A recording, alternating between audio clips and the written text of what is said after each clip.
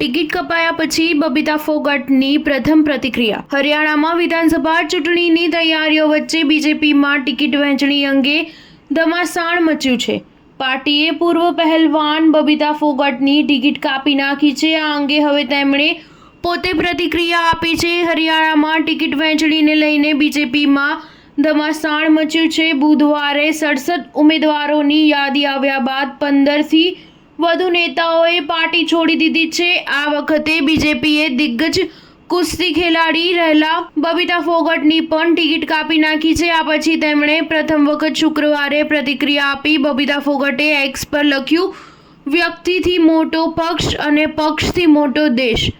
આજ છે મારી પાર્ટીનો બધાને સંદેશ। હું મારી ભારતીય જનતા પાર્ટીના શીર્ષ નેતૃત્વના નિર્ણય સાથે ઊભી છું। તેમણે કહ્યું, પાર્ટીની એક સમર્પિત કાર્યકર્તા તરીકે સંગઠન દ્વારા આપવામાં આવેલી દરેક જવાબદારીઓનું આગળ પણ નિર્વહન કરીશ। હું મારા વિધાનસભા ક્ષેત્ર ચરખી દાદરીની દેવતુલ્ય જનતા જનાર્દનનો હૃદયથી આભાર વ્યક્ત કરું છું, જેમણે મને તેમની દીકરી અને બહેનની જેમ હંમેશા તેમનો અસીમ પ્રેમ અને આશીર્વાદ આપ્યા છે।